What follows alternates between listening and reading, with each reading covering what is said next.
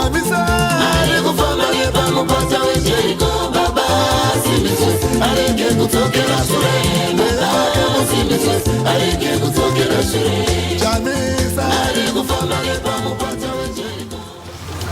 Members of the press, we'd like to welcome you to this very sad presser. We're all aware of what transpired yesterday and what's been transpiring in recent weeks. We apologize for the late start. It was occasioned by the fact that we were getting an updated report from our welfare department. Without further ado, I'm going to defer proceedings to our change champion-in-chief and president, Advocate Nelson Chamisa. Thank you very much, Advocate Mahere. I come to you under very difficult circumstances. Fellow colleagues, our journalists here present, members of the Fourth Estate, and also the people of Zimbabwe. The purpose of this presser is to give a context and an update on the Kwekwe murder and the escalation of political violence against the citizens in Zimbabwe. You are aware that we've just lost a life. You are aware that our rally was attacked yesterday, unprovoked, uninvited. We just saw members of ZANU-PF, the gangs that are armed and that are terrorizing people in Kwekwe, besieging our rally, armed with sticks and some primitive weapons. As we speak right now, what is clear is that a dark cloud hangs over the nation of Zimbabwe. As we mourn the passing on of a very important citizen whose life has been cut short by political intolerance, a culture of violence that has been promoted with impunity and immunity, we are saying this is the time to draw a line in the sand. Enough is enough. We can't continue to lose political life on account of politics.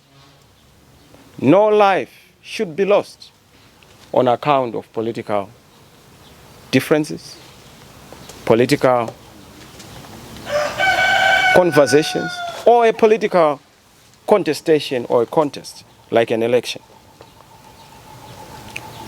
We stand in solidarity with the Ngube family who have been deceased, whose member has been deceased, Mboneni Ngube, who was brutally attacked by a spear. And the kind of weapons we are talking about tells you that we are so backward. These are Stone Age weapons that are being used in this day and age. But it tells you how primitive our colleagues, our competitors, our opposite number are. As you are aware, violence is normally resorted to by the defeated and the losing. What is clear is that ZANU-PF's writing is on the wall. What is clear is that ZANU-PF will not win an election in this country. What is clear is that we are the next government in Zimbabwe. And because they can't understand this reality, they continue to do what they're doing. And as you know, violence has never been an instrument used by those who are strong. Bullies are very quick to act in violence. Bullies are weak people who use force and violence to deal with their own fears and anxieties, but also to massage their own egos. We are back to where we were. We are now going where we are coming from. 2008, if not worse, is upon us. As I have already said, it's a political tinderbox.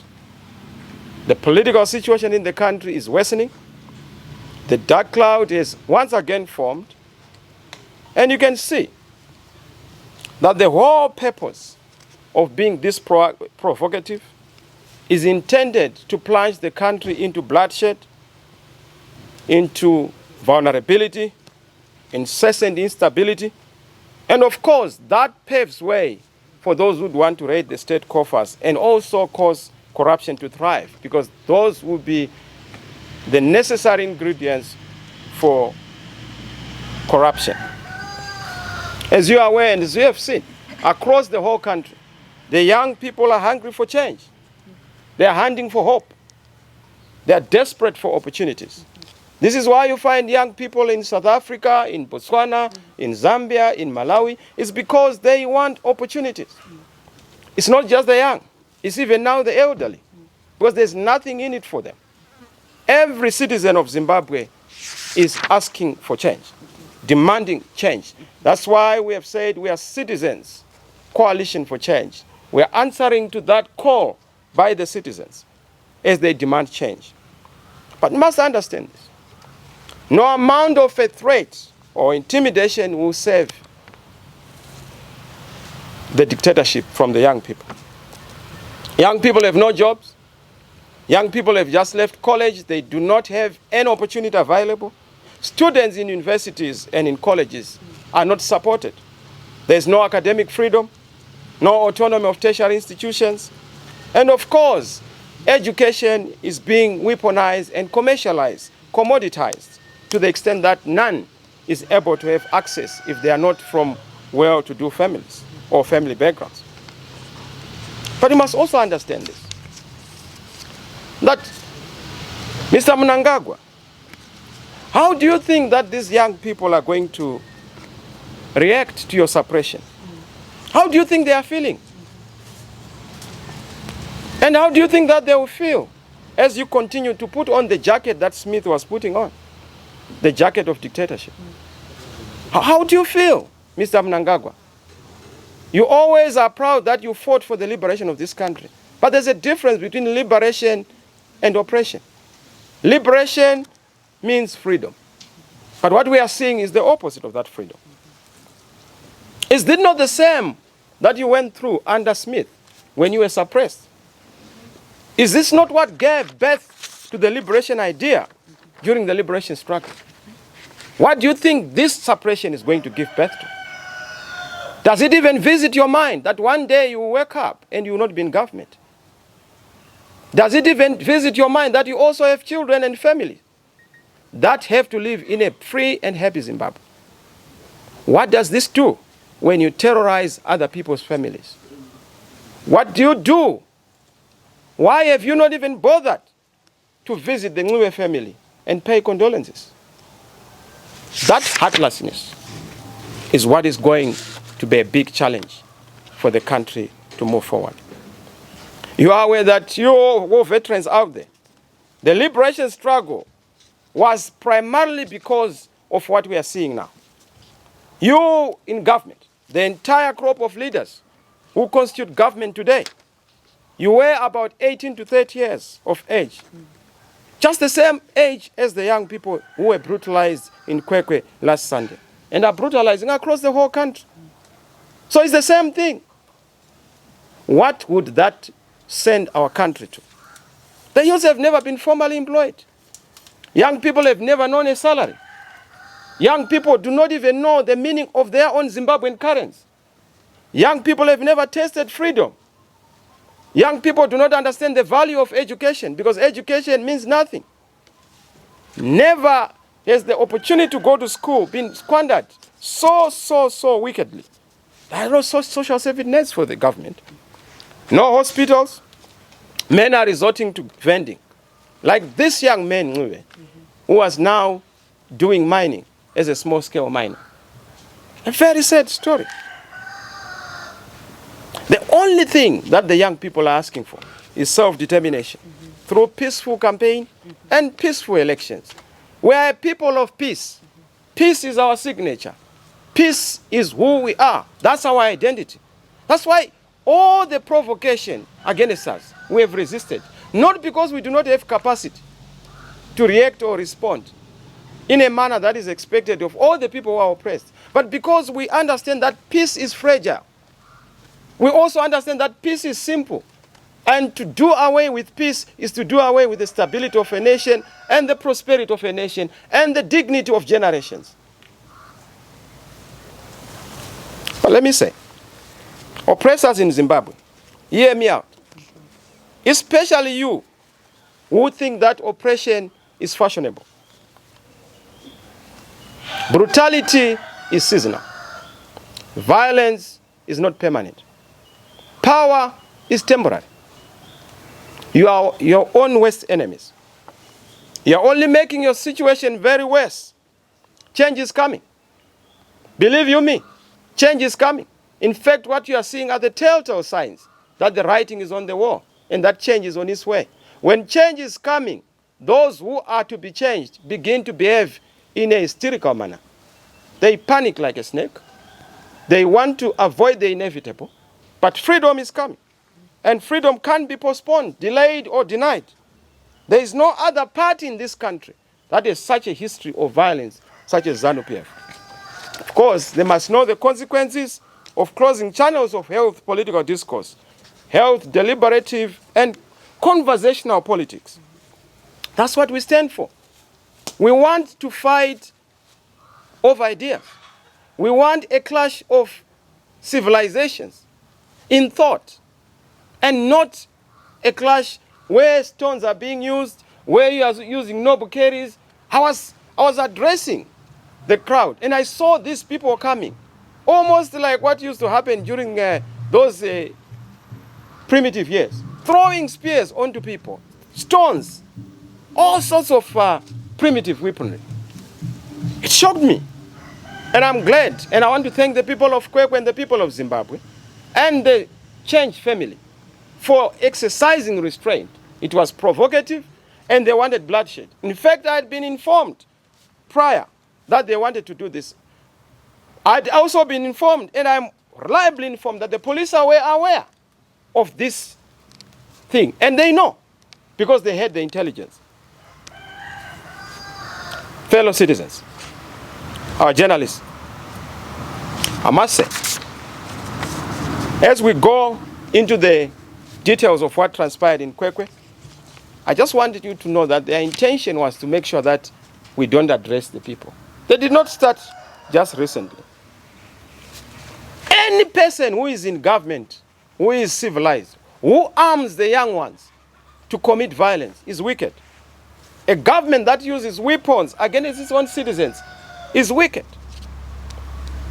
This is the only country where you would find people in government sponsoring, instructing, initiating murder and violence to transact politics, sponsoring terrorism.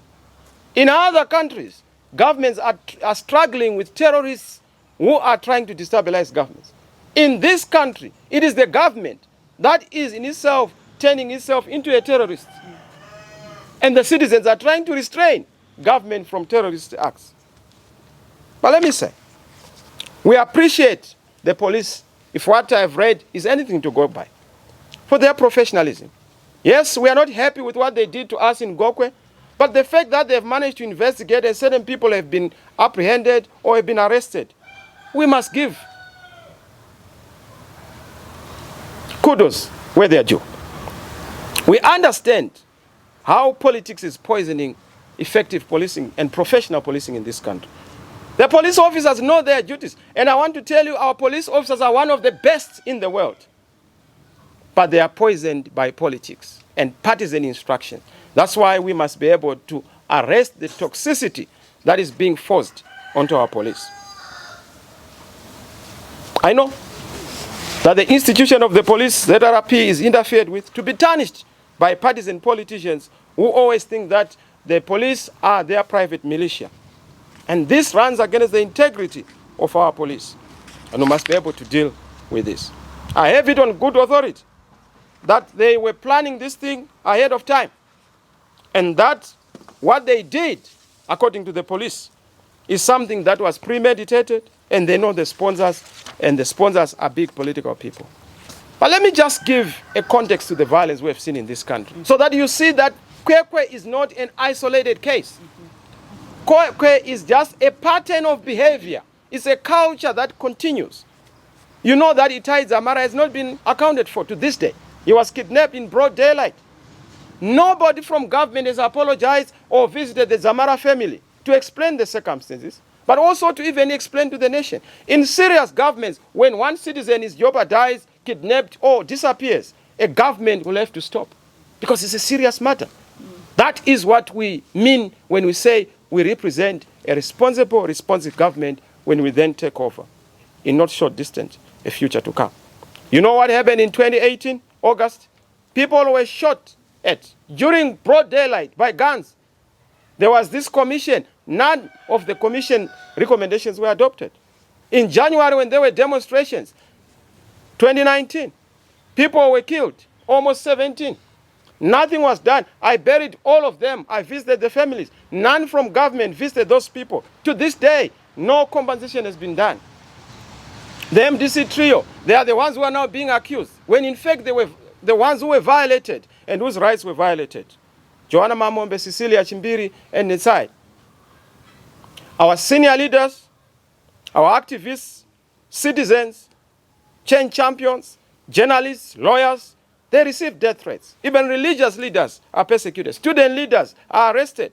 Workers, teachers have all been terrorized. There's general intimidation of the citizens in the rural areas. Food is used as a political weapon. People are not able to access government aid if they do not have a card of a party. That is not what we fought for. That is not the definition or color of freedom. That is not liberation. That is oppression. And that is taking the country back to where we took it from. That's why I said we are going where we are coming from, where oppression was being meted out on our people. Political violence during the tour I had in the countryside was quite prevalent. You know that I went to Masvingo on the 11th of October. Old women. We could have done a lot. These were old women, our grandmothers, our grannies, who were mobilized by ZANU-PF to blockade our roads and to throw stones at us.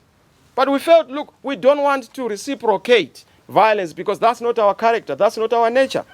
We were embarrassed, we were harassed, we were humiliated. But that is the price of going on the highway to freedom on a peace platform. We will never be provoked.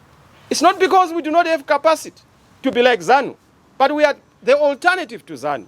We can't copy them. We can't be a replica of that which we are fighting. You know that on the 18th of October, they attacked our convoy. And I missed death by a whisker. A bullet ran through my car. Mnangagwa is even making a mockery of it. No investigation. And they know the people who were responsible. These are ZANU-PF people. They blocked our roads and they were seen by our local officials. Nothing has been done. They were not arrested. That is gangsterism. Zimbabwe is in the hands of gangsters. It's a gangster's paradise. We need this country to be a paradise of citizens who want freedom and peace. No investigation has been done. Roadblocks were all over as we went across the countryside. Guess what? Every police roadblock was punctuated by a ZANU-PF roadblock, an illegal one. But they were not arrested. I can tell you in Chipinge, it was the case just before Chipinge. It was the case in Nyanga. It was the case in Gutu. And this has been happening. You know that they also killed our young man, Nyasha Jambe, again during that tour. Roadblocks, you have seen them. The Gogwe violence and the Kwekwe violence are only but a series of activities in the context of what has been happening. Now, what is the Kwekwe violence all about? 23 of our members suffered terrible injuries in this current attack, and they were hospitalized. Several were stoned and hurt. Mboneni lost his life. His life matters. This young man was recently married. He has been in marriage before. And of course, the wife died. He has an 8-year-old daughter, a small-scale minor. He's 35. He was just trying to start a life. And he was staying in his one room in Bizo. And they to take away his one room and his one life. Why? Because of politics. Why? Because of impunity. Why? Because certain of the political leaders in ZANU-PF are being allowed to turn Kwekwe into a terrorist zone. I was told that people in Kwekwe do not have peace. Every day, every week, there are reports of people who are being killed by the so-called Bakomana Mabemba or Al-Shabaab, or they call it Mashurugwi. And I don't know why they want to tarnish the name Shurugwi, but some great people come from Shurugwi. You know that Tongogara is from Shurugwi. I don't know why they would want to then call Mashurugu these people who are doing these very bad acts, Mashurugu. But that is the case we have, and we have these reports. We cannot create an environment for free and fair elections in the face of escalating political violence. Mr. Mnangagwa and your ZANU-PF, if you don't want competition, don't call for elections. And if you don't call for elections, we know that you don't deserve to be in office. We reject an electoral process that relies on blood and drawing blood from innocent citizens. We plead with every citizen in Zimbabwe to just make sure that they stay away from violence. We want peace in our country.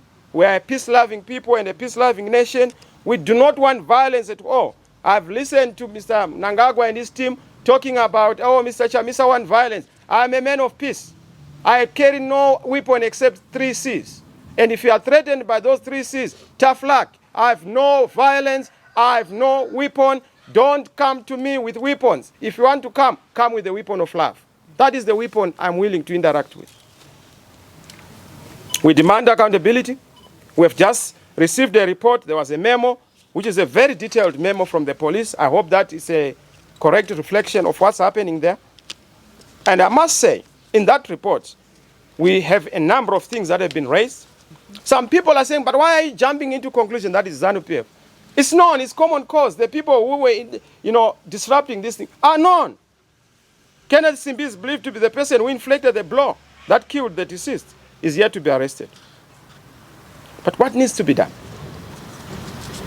Number one, and of course we are going to attach for the press a detailed report of the total number of patients attended to, the number of the deceased, number of admissions, and also those who are in the outpatients, and x-rays that have been done in detailed and annotated information.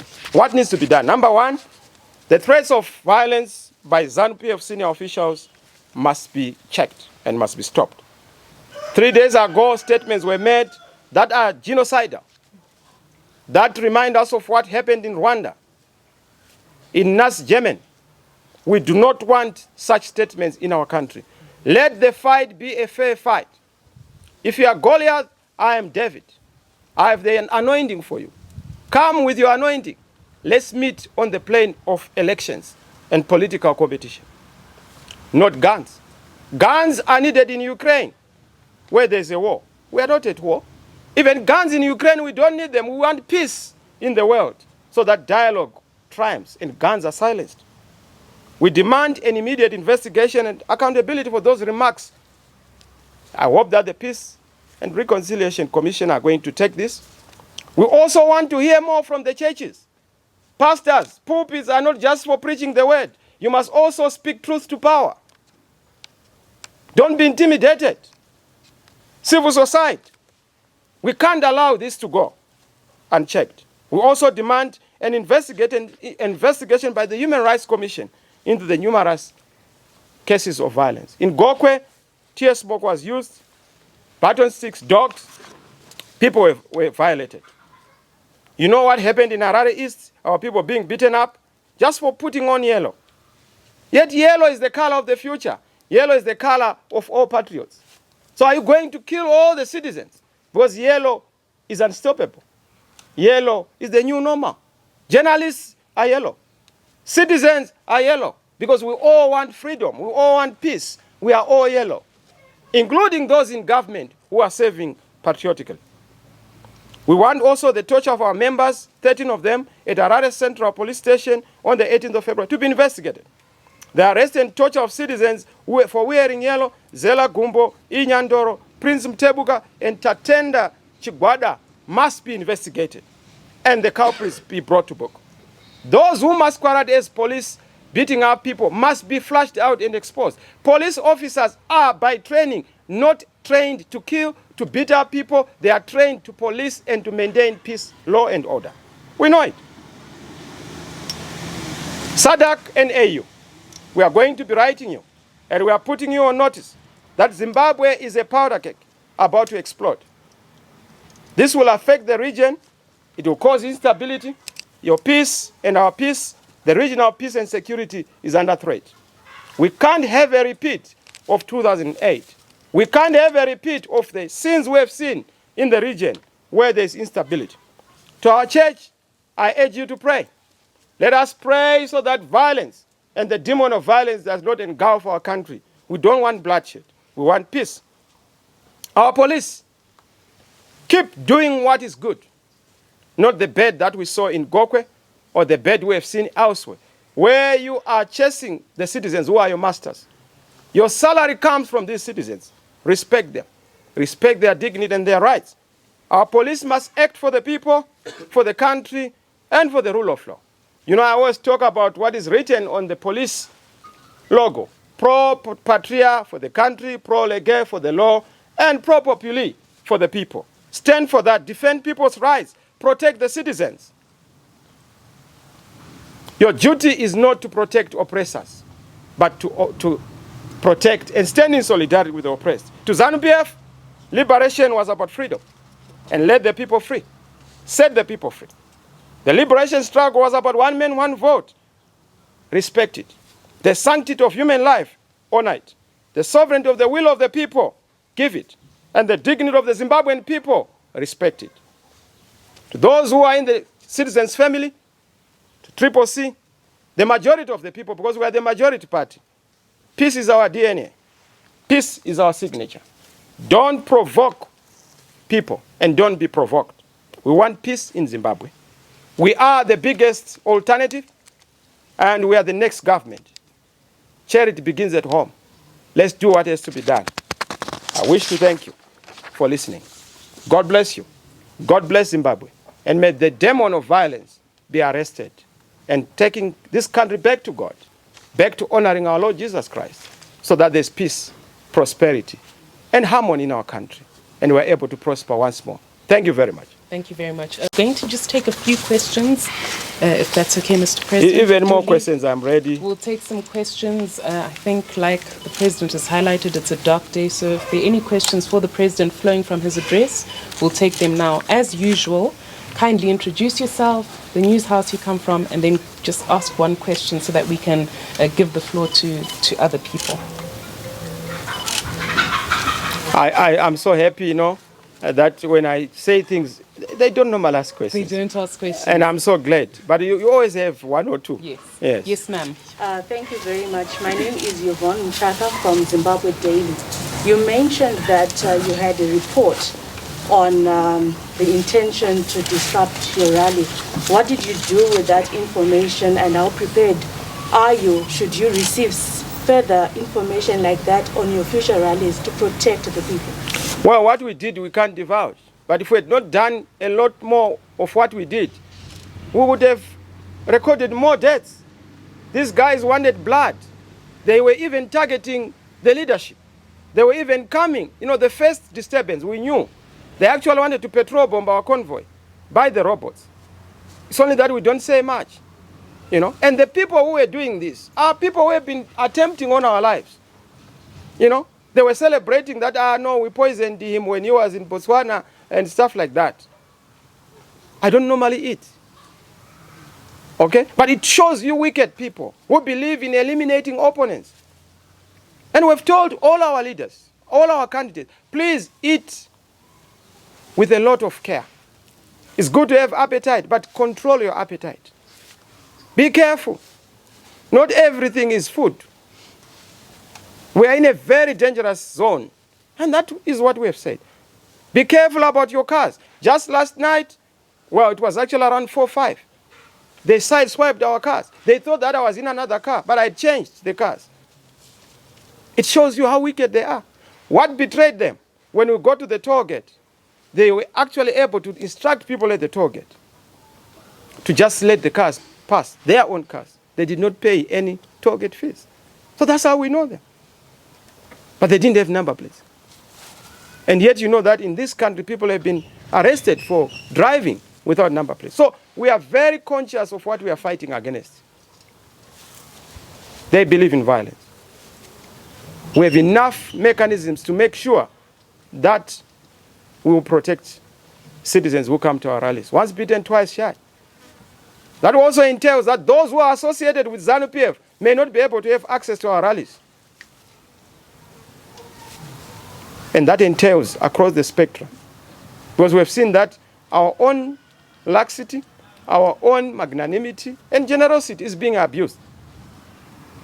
We will limit access to our venues to those who are genuine journalists, who are not working for ZANU, and we know you. We will not allow you. Thank you. Thank you very much, Mr. President. Are there any other questions? I'm sure the last one. Yes, sir, Leo. Thank you. My name is Leo Munede from newzimbabwe.com.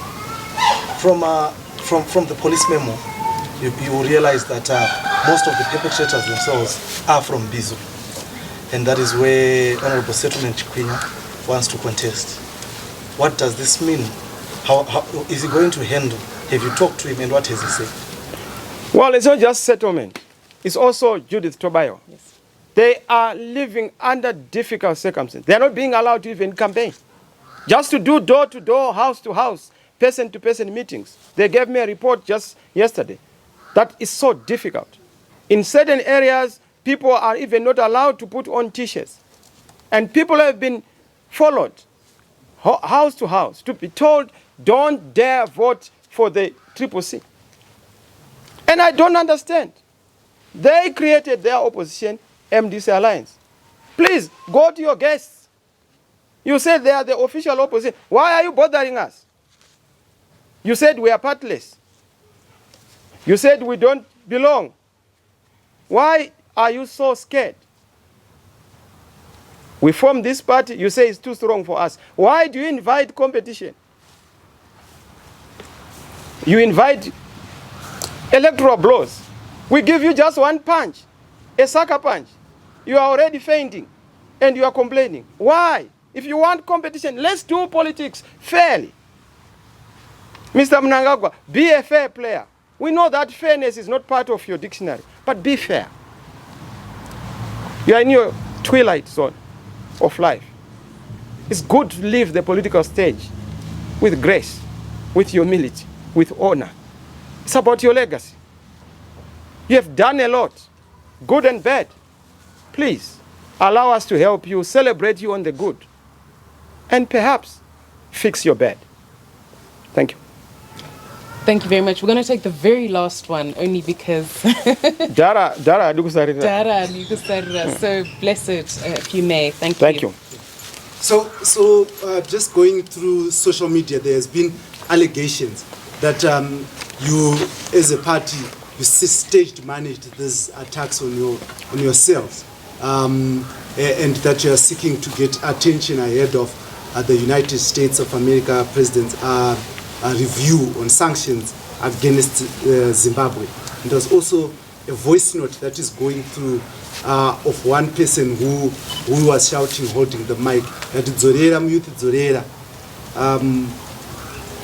So even that Dara, kuna munhu angadzorera azvitangira zvinhu zvake. Just to go by that warped and kindergarten logic, which is typical of ZANU. Can you see that that's propaganda? Why would we stage manage attack on our own people at the risk of even our own selves? We are not that vile. We are not ZANU-PF. We are not that cruel.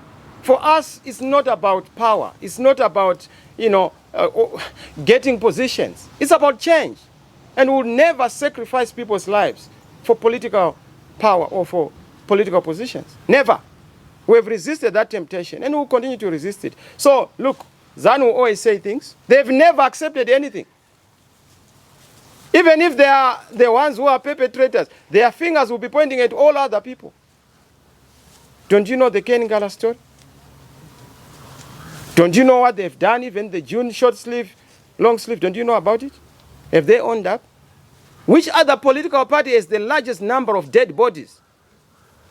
Which other political party or political leaders are drenching in the smell of people who have died on account of political violence? Except ZANU. They even say ZANU de Europa. Whose blood? Is it your blood? That is the citizens' blood. So look, they will say whatever they are saying. It was a clear attack. But the police knew about it. We were also informed about it. You can go and ask the police. ZANU-PF people know about it. They'll pretend to say, we don't, but they know about it. These are people who are known, and they are in Kwekwe. You are from Kwekwe yourself. You know that these people are there. There is impunity. Nothing is happening to them. They are riot and on the rampage in Kwekwe. There's no peace in Kwekwe. Thank you very much. God bless you. Thank you. Thank you. Sanda.